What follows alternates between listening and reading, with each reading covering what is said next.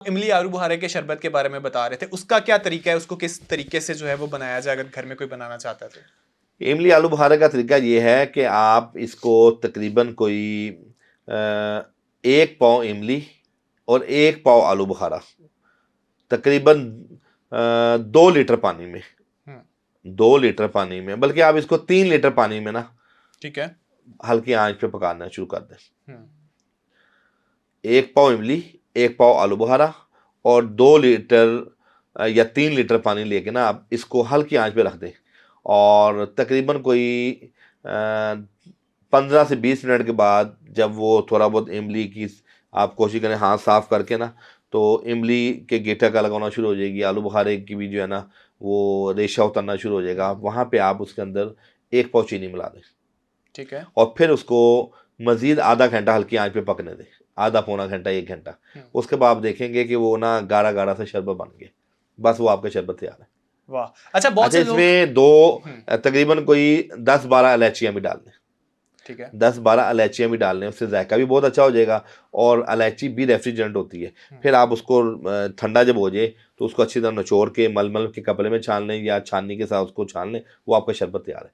और आप यकीन कीजिए उसकी आप तासीर जब आप ये शरबत लेंगे और इस्तेमाल करेंगे, आप गर्मी से कभी घर आएँ और आप 1 गिलास शरबत पीने दरमियाना ठंडा, तो आपको ऐसे लगा कि आपको एक नई जिंदगी मिल गई। बिल्कुल ऐसे यानी ही है। इंसान वो जब आपको पूरा फील होगा सर अंदर जहां फर्क जहां देगा, जाते हैं। आपको रेफ्रिजरेंट कर देगा, ऐसे लगेगा अंदर जैसे आपके फ्रिज चल पड़ा है, यानी आपको इतना ठंडा कर देगा माशाल्लाह। बिल्कुल ऐसे ही। अच्छा, मेरा यहाँ पे सवाल ये था कि बहुत से लोग कहते हैं कि चीनी जो है वो हमें इस्तेमाल नहीं करनी चाहिए क्योंकि वो आर्टिफिशियल है और उसमें बहुत सी बीमारियों की तरफ भी जाते हैं, मोटापा भी होता है, और अगर इसमें हम चीनी ना डालें उसकी जगह और क्या अल्टरनेटिव क्या हो सकता है? देखें गुड़ में भी बन जाता है ये जो जितने भी शरबत है ना, हम लोग तो हमारे वालिद साहब अच्छी तरह याद है वो गुड़ में बनाते थे, लेकिन गुड़ वाला शरबत फिर अद्वियाती तो हो जाएगा पर वो जायका नहीं देगा। लेकिन चूंकि अगर आपने बच्चों को पिलाना है तो उसमें थोड़ी बहुत चीनी डाल दें, आप चाह रहे हैं आप पाव नहीं 1/2 पाव चीनी डाल दें। शहद का इस्तेमाल कर सकते हैं उसमें? शहद का इस्तेमाल करने से उसकी तासीर में गर्माइश आएगी, हीट आएगी, तो वो आपको बजाय रेफ्रिजरेंट होने के तो वो आपको हीट देगा। आप शक्कर या गुड़ का इस्तेमाल कर सकते हैं चीनी की जगह, शहद फिर आपको शरबत की शक्ल में फायदा नहीं देगा। बिल्कुल ऐसे ही आप लोगों को ये चीज़ भी देखनी है कि अगर आप उसमें कुछ भी चेंज कर रहे हैं, अगर कोई आप ठंडक के लिए चीज़ ले रहे हैं और उसमें आप कह रहे हैं कि नहीं ये चीज़ मुझे सूट नहीं कर रही, तो उसकी तासीर भी देखनी है कि वो ठंडी है या नहीं है। बिल्कुल। अच्छा, बहुत से लोगों को मैदे की गर्मी हो जाती है, ये तो हमने ड्रिंक्स की बात कर ली कि ये मशरूबात का इस्तेमाल करें, खाने में ऐसी कौन सी चीज़ें हैं जो गर्मियों में हमें खानी चाहिए?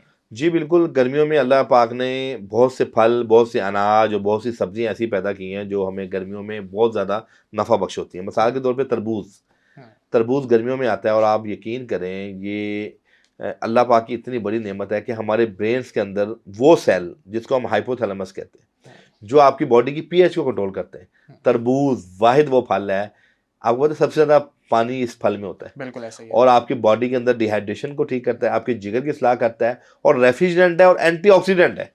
एंटीऑक्सीडेंट वो होते हैं जो आपके अंदर खतरनाक से खतरनाक कैंसर जैसे जरासीम के बरखिलाफ वर्क करते हैं। तो एंटीऑक्सीडेंट प्रॉपर्टी रहता है और दिमाग को शार्प करता है। और हाइपोथैलेमस, जिन लोगों को बहुत गुस्सा आता है, जिनके अंदर बहुत चिड़चिड़ापन है, उनको ये नॉर्मलाइज करता है और ब्लड प्रेशर को भी नॉर्मल करता है।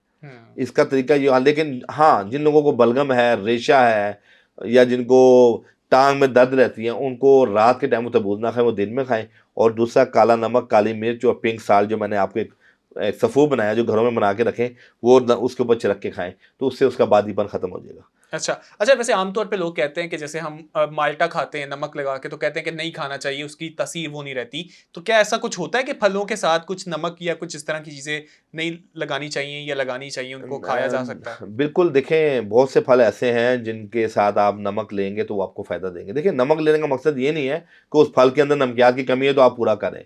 नमक उन फलों के साथ लिया जाता है जो आपकी बॉडी में बादीपन पैदा करते हैं। मिसाल के तौर पे सेब है, सेब को भी नमक के साथ ले सकते हैं। माल्टा है, मैंने अभी आपको बताया जिन लोगों को बलगम रेशा रहता है, बेसिकली नमक लगाने का मकसद ये है कि उसका वो बहुत ज़्यादा ठंडी तासीर उसकी मोतदिल में आ जाए, आपको रेशा बलगम ना करे, आपका गला खराब ना करे।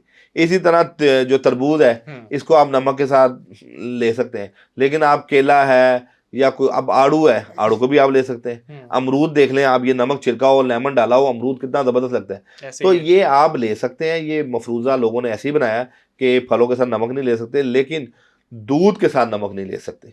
यानी अगर आपने दूध से बनी हुई कोई चीज़ फलों के साथ लेनी है, फिर आप नमक नहीं लेंगे, फिर आप सादा फल खाएंगे, ऊपर से दूध पी लेंगे। ये एहतियात है। अदरवाइज तो आप नमक सादा फल खा रहे हैं तो उसके साथ ले सकते हैं, लेकिन हर फल नहीं, केले के साथ नहीं ले सकते और बहुत से खरबूजे के साथ नहीं ले सकते। इस तरह बहुत से फल ऐसे हैं जिनके साथ आपको नमक की जरूरत नहीं होती। बिल्कुल ऐसे ही है। और यहाँ पे ये तमाम चीजें लोगों की अवेयरनेस के लिए भी जरूरी है, ताकि उनको पता चलता रहे कि वो समझ तो रहे हैं कि हम सेहतमंद चीजें खा रहे हैं, लेकिन उसके साथ कुछ ऐसी चीजों का एडिशन कर देते हैं जो उसका फायदा जो है वो बिल्कुल जीरो कर देती है।